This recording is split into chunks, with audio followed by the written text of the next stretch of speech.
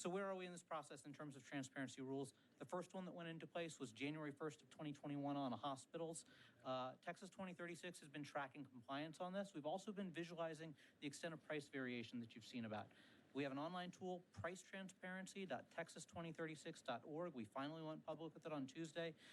We've been polling data about every 6 months, and so we are a little bit behind what Turquoise had earlier, but our findings are most recent as of April.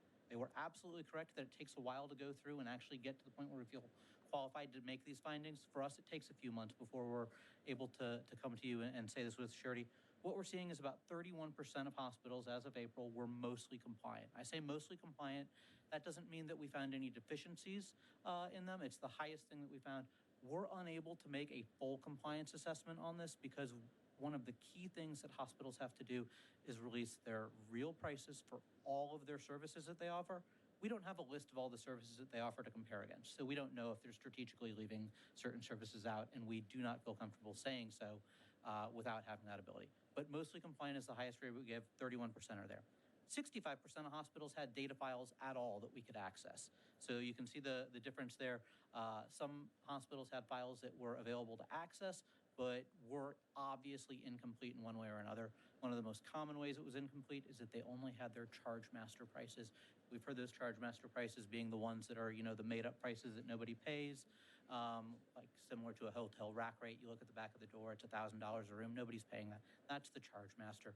Those files have been required for a while. The remaining set of hospitals either didn't have a website, didn't have any data at all, or it looked like they had data, but the link was broken and it wasn't available. The APCD was passed last session. The law took effect September 1, 2021.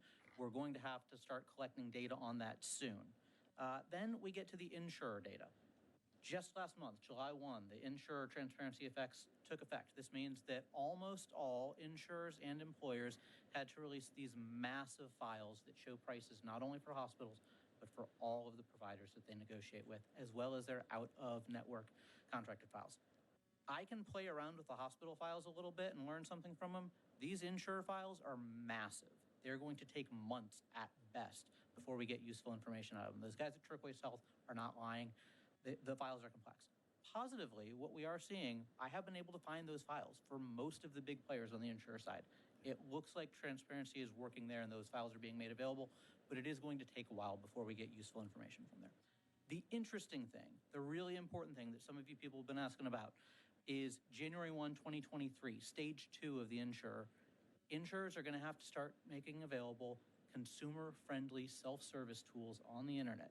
This is where you as a consumer, as an enrollee, can log on, type in a price, and get a sortable list of providers with provider-specific prices sorted by geographical distance from you. That is the consumer aspect that so many people are being asked about. That is going to go into effect this coming January and starts to become a game changer for changing shopping behavior. All the information that we've had available so far is really only useful for employers and institutional purchasers of healthcare. That's very important, but the consumer side is coming. January 1, 2023, caveat, they have to make 500 shoppable services available then. They have to make the remaining services, all services available in that consumer-friendly format starting January 1 of 2024. So that's the timeline on where we are.